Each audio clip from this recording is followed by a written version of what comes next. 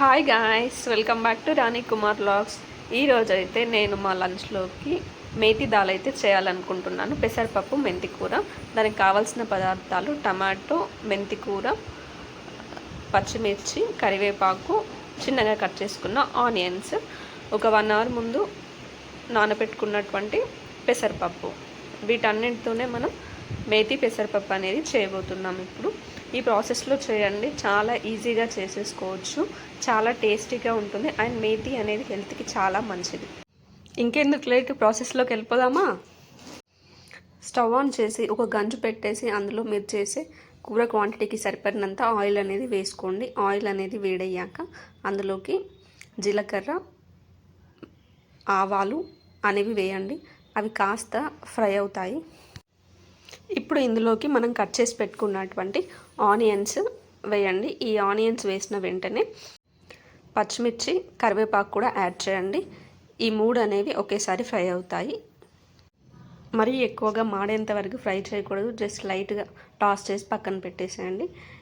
ఇవి ఇలా అయ్యాక అందులోకి మీకు సరిపడినంత కొంచెం పసుపు అనేది వేయండి.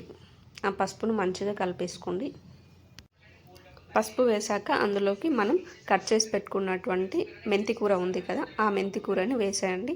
ఈ మెంతి కూరని మంచిగా కలిపేసుకొని మెంతి కూర అనేది ఆయిల్లో మంచిగా ఫ్రై అవ్వాలి. అప్పుడే మనకు కర్రీ టేస్ట్ అనేది చాలా బాగుంటుంది. ఫ్రై అయిన మెంతి కూరలోకి జింజర్ గార్లిక్ పేస్ట్ అనేది యాడ్ చేయండి. లేదు అంటే ఓన్లీ గార్లిక్ అనేది దంచి వేసుకోవచ్చు. అది కూడా చాలా టేస్ట్ అనేది ఉంటుంది. ఈ టైంలో కర్రీలోకి మనం చిన్న ముక్కలుగా కట్ చేసి పెట్టుకున్నటువంటి టమాటాని యాడ్ చేయండి. ఈ టమాటా ప్లస్ మెంతి కూరని మంచిగా కలిపేసుకొని ఒక లిడ్ పెట్టుకొని క్లోజ్ చేయండి. ఒక 2 మినిట్స్ తర్వాత టమాటా అనేది ఇలా మెత్తగా స్మాష్ అయి ఉంటుంది.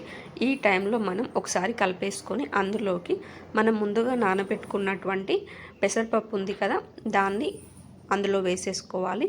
వేసేసుకొని మంచిగా కలుపుకోవాలి. చూసారా, పప్పు అనేది ఆయిల్లో మంచిగా ఫ్రై అయింది కదా.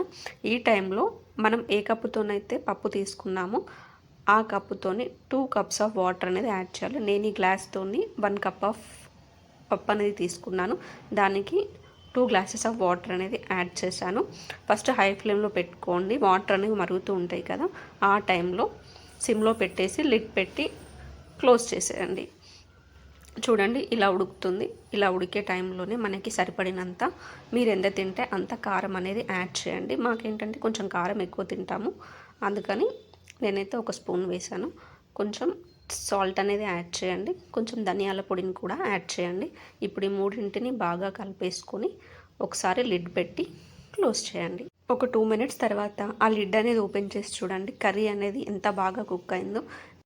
ఈ టైంలో కర్రీలోకి ఇక లాస్ట్గా కొత్తిమీర అనేది యాడ్ చేయండి.